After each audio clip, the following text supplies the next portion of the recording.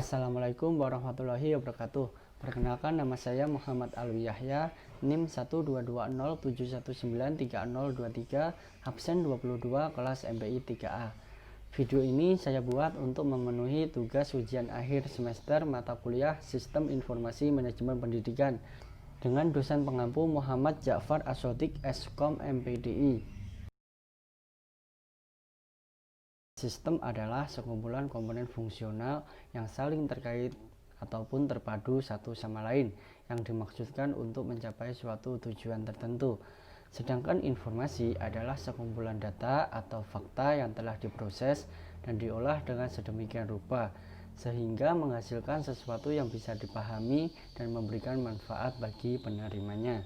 Jadi dapat ditarik kesimpulan bahwasanya sistem informasi merupakan kombinasi antara prosedur kerja, informasi, orang, dan teknologi informasi yang dirancang untuk mencapai tujuan dalam sebuah organisasi, yang mana di dalamnya mencakup kegiatan pemrosesan data, manipulasi data, pengelolaan data, dan pemindaian informasi antar media. Adapun komponen yang dimaksud meliputi 8 komponen, diantaranya yaitu 1 komponen input, 2 komponen model, 3 komponen output, 4 komponen teknologi, 5 komponen hardware, 6 komponen software, 7 komponen basis data, dan yang terakhir komponen kontrol. Kaitan antara sistem informasi dengan manajemen khususnya pendidikan menurut saya saling berkaitan satu sama lain. Karena dengan adanya sistem informasi, tentu manajemen dalam lingkup pendidikan jauh lebih efektif. Hal ini dikarenakan sistem informasi berfungsi untuk memproses data-data yang dilaksanakan dalam kegiatan pendidikan, sehingga dapat tersusun informasi yang terstruktur dan lebih terintegrasi. Selain itu, kaitannya dengan lembaga pendidikan, sistem informasi juga memberikan beberapa manfaat, diantaranya yaitu 1. Memudahkan pengelolaan dan penyimpanan database sekolah. Sekolah melalui sistem informasi dapat menyimpan database sekolah mulai dari data siswa, data guru, data administrasi siswa, data sistem kurikulum, data akademik, maupun aset sekolah lainnya. Yang kedua, meningkatkan pelayanan pendidikan. Secara sederhana, penerapan sistem informasi di lembaga pendidikan dapat dijadikan sebagai sarana penghubung antara warga sekolah, orang tua siswa, dan masyarakat kapanpun dan dimanapun tanpa adanya kendala tempat maupun waktu. Tentunya hal ini akan meningkatkan kepercayaan masyarakat terhadap kualitas sekolah. Yang ketiga, mempermudah pengelolaan keuangan. Yang keempat, mempermudah pengelolaan perpustakaan. Sistem informasi dalam manajemen pendidikan bagi pengelolaan perpustakaan berfungsi untuk pengelolaan penataan buku berdasarkan judul, kategori, dan deskripsi. Selain itu juga mempermudah pengelolaan laporan-laporan seperti halnya 1. Statistik peminjaman, 2. Statistik keluar masuk buku, yang ketiga rekap peminjaman, dan yang keempat rekap pengembalian dan lain-lain. Menurut saya sangat penting karena suatu sistem informasi dibangun untuk memberikan kemudahan kepada penggunanya, khususnya dalam kegiatan manajemen ataupun kegiatan administrasi sekolah. Adanya sistem informasi yang baik tentu dapat dijadikan sumber yang akurat dalam melakukan kebijakan ataupun pengambilan keputusan dalam rangka menghasilkan informasi keluaran yang berkualitas guna peningkatan mutu manajemen pengelolaan lembaga pendidikan itu sendiri. Selain itu, adanya sistem informasi yang baik dapat meningkatkan kinerja guru dan staf sehingga dapat meningkatkan pelayanan terhadap siswa itu sendiri. Contoh sistem informasi manajemen dalam kinerja pendidikan diantaranya yaitu sistem informasi manajemen digunakan dalam pengelolaan berbagai fasilitas yang ada, salah satunya yaitu perpustakaan sekolah. Sistem informasi dalam pengelolaan perpustakaan sekolah digunakan untuk memuat data peminjaman, data keluar masuk buku, data rekap peminjaman, dan data rekap pengembalian buku, dan lain-lain. Sistem informasi dalam kinerja pendidikan juga dapat digunakan sebagai dasar pembuatan kurikulum, pembuatan jadwal kuliah, pengisian kartu rencana studi, pengisian nilai, pengelolaan data guru atau dosen dan siswa maupun mahasiswa, pengelolaan keuangan, dan lain-lain. Etika dalam masyarakat komunikasi bisa diartikan sebagai ilmu tentang kesusilaan yang mengatur bagaimana sepatutnya manusia hidup di dalam tatanan masyarakat, di mana di dalamnya melibatkan aturan ataupun prinsip dalam menentukan tingkah laku yang baik dan benar.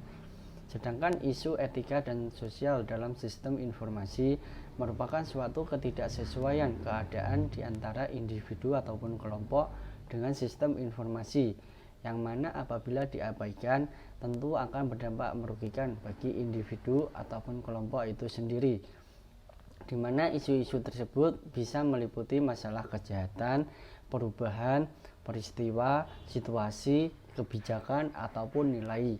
Adapun etika dalam menggunakan komputer.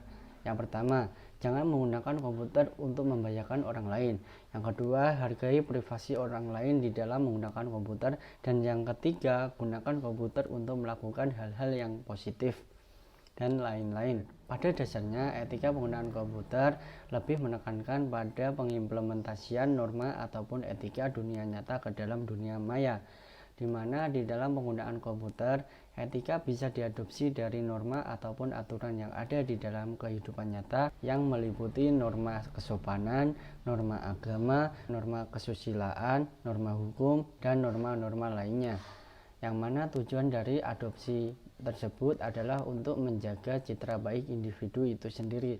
Dimensi moral sistem informasi mencakup 5 hal. Yang pertama, hak dan kewajiban informasi. 2, kepemilikan hak dan kewajiban. 3, akuntabilitas dan pengendalian. 4, kualitas sistem. Dan yang terakhir yaitu kualitas hidup. Dampak ataupun pengaruh positif adanya teknologi sistem informasi terhadap pendidikan. Yang pertama yaitu munculnya media massa. Internet memudahkan dalam akses dan penyebaran informasi. Yang kedua, munculnya metode-metode pembelajaran baru. Yang ketiga, sistem pembelajaran tidak harus melalui tatap muka. Yang keempat, adanya sistem pengolahan data menggunakan teknologi. Yang kelima, pemenuhan kebutuhan akan fasilitas pendidikan dapat dipenuhi dengan cepat. Sedangkan untuk dampak negatifnya yaitu yang pertama, e-learning dapat menyebabkan pengalih fungsian guru. Yang kedua, seringnya mengakses internet dikhawatirkan bisa mengalami kecanduan. Yang ketiga, peserta didik dan tenaga kependidikan bisa terkena information overload. Dan yang keempat, menimbulkan sikap apatis ataupun individualis pada masing-masing individu, baik bagi guru maupun bagi siswa itu sendiri. Dan yang terakhir yaitu memicu terjadinya kejahatan cyber. Adapun bentuk-bentuk kejahatan cyber diantaranya yaitu 1. Carding, yaitu berbelanja dengan menggunakan nomor dan identitas kartu kredit orang lain yang diperoleh secara online. Yang kedua, hacking. Istilah ini merujuk pada kegiatan menerobos sistem keamanan komputer pihak lain. Ketiga, phishing, yaitu kegiatan memancing para pengguna internet ataupun user untuk memberikan data personal, baik itu username dan password mereka pada situs yang telah di-device dan lain-lain. Etika dan CEO saling berhubungan satu sama lain, di mana etika bisa menjadi tolak ukur keberhasilan seorang CEO. Etika yang dimaksud yaitu etika yang baik dan benar.